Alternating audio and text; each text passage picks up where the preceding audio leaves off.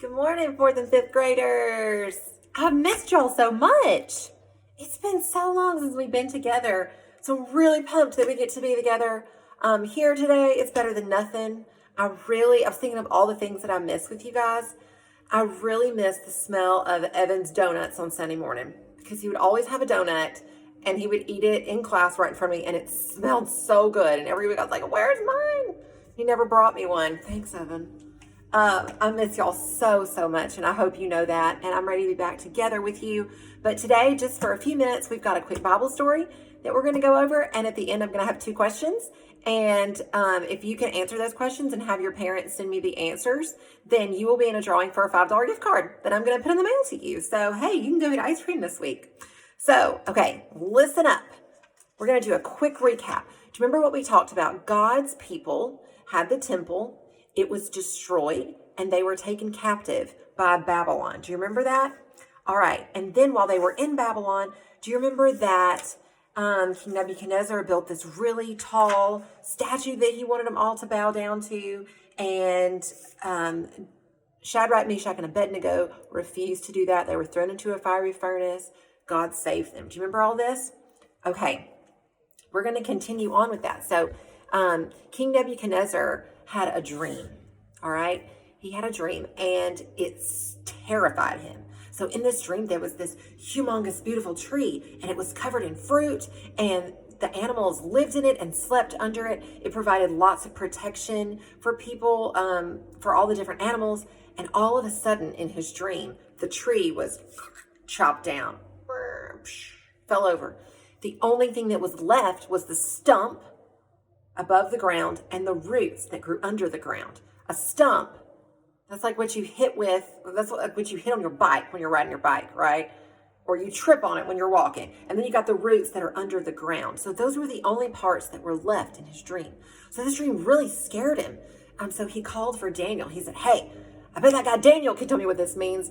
So Daniel speaks to who? Who speaks to Daniel?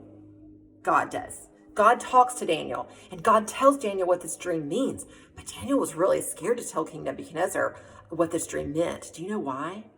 Because the tree, that was King Nebuchadnezzar.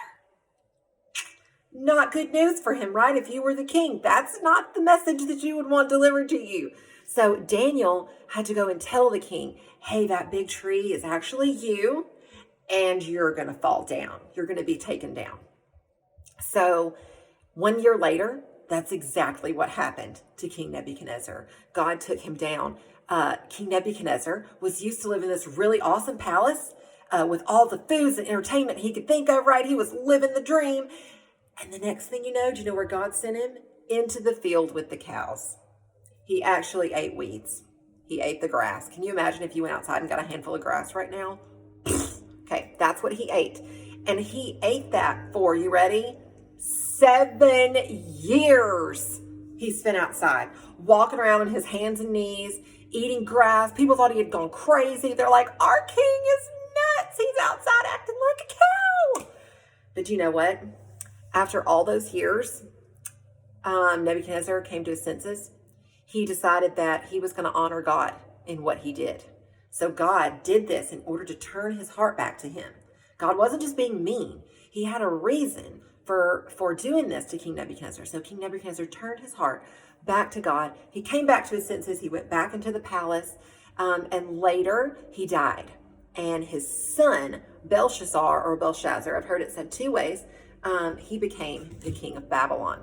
Now, Nebuchadnezzar's son, Belshazzar, was spoiled rotten. I want you to think of the brattiest kid you know, and this guy was like 1,000,000 times worse, okay? He was completely spoiled. He did not serve God. He wanted nothing to do with God, and he decided that he was going to have this huge party. And he knew that there were like enemies around his kingdom, but that didn't matter because we're going to have a feast. So he throws this huge party. He invites thousands of people, all this food. And he's like, hey, let's kick this up a notch. How can we make this party just a little bit better? Hey, remember when our kingdom took down that temple in Jerusalem and we took all that stuff from it that was like gold and silver and wood and these really cool things? Let's use those at the party. Okay, I want you to think about this. Who did those items belong to? They were in the temple, so they belonged to God and his people, right? They were used in the temple. Is this a good thing, do you think, for him? Is this going to go well? Probably not. Probably not. Let's see what happens.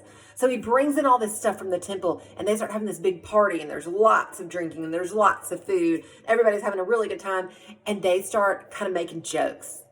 And they start saying, I'm really thankful to the God of gold for this cup, and I'm really thankful to the God of silver for this awesome plate. And this guy's like, I'm really thankful for this wood wall that's holding me up. They were kind of making fun. They were thanking these gods that, are they even real? Not even real. Did at any time they acknowledge the real God? Absolutely not. Then all of a sudden, in the middle of their wild, awesome, crazy party, this is real. This hand starts floating in the air, and it starts writing on the wall. This really happened. I know, you're like, that only happens in the movies, but this really happened. Okay, a hand appeared, and it wrote on the wall. And the words that it wrote, I don't know if this is the correct pronunciation, but it looks like Miney, Miney, Tekel, Parson. But what it meant was numbered, measured, and divided. They were terrified. You could have heard a pin drop. It was so quiet in there. They were absolutely terrified. And they were like, what does this mean? So they decided that they would call in this guy that they had heard of who could tell them things like this. So who do you think they called in? Well, Daniel, of course. They called Daniel in there, and Daniel walked in, and the king said, Daniel, if you could just tell me what this means, I will give you half of all of my wealth. Half of everything I own will be yours. You're going to be one of the top rulers. You're going to be the third highest ruler in Babylon. So Daniel's going to get a big promotion and a hefty raise, right? This is looking good for Daniel. But guess what Daniel says? He's like, you can keep your money. You can keep your job. I'm going to tell you what this means. And he said, Nebuchadnezzar, your family member Nebuchadnezzar actually ended up turning towards God. And he gave honor to God, but you haven't given God any honor. Actually, you're just making fun, and you're thanking other gods that aren't even real. So you're even worse. And he said, these words that are on the wall are God's promise to you. And it means this: your days are numbered. You've been measured, or you've been judged, and you've been judged that you're doing wrong. You're not doing the right thing, and you're going to be divided. And it says, these words are from God, and it means that your days are about to be numbered. You're not going to live much longer. You're not doing the right thing. Your kingdom is about to be divided. How do you think the king's going to take that? Well, actually, he was like, well, that sounds a little far-fetched. I don't know if that's complete truth. I don't know if I should believe that. But I'm going to go ahead and give you this necklace, and I'm going to make good on my promise that I gave to you, and on with the feast. And he wanted to get back to partying. Did he give God any respect at that moment? None. And so you know what happened? Before he even finished speaking those words, soldiers rushed in. The bad guys, the bad soldiers rushed in. And Belshazzar sitting there like, hey, where are my guards? Where are my people? What's happening here? And they captured him. And they took him and they killed him that very night. So were his days numbered? Yes. Had he been judged by God? Yes. And do you know what? The Persians took over his kingdom. So was his kingdom divided? Yes, it was. All that God had said came true within just the next few minutes. So that is today's story. We're going to pick up on it next week. I have 2 questions for you, okay? When King Nebuchadnezzar was outside in the field like a cow, how many years did he spend? How long did that last? Okay. And question number 2, who did they call to tell them what the writing on the wall meant? Okay. How long did Nebuchadnezzar spend outside? Who did they call to tell them what the writing on the wall meant?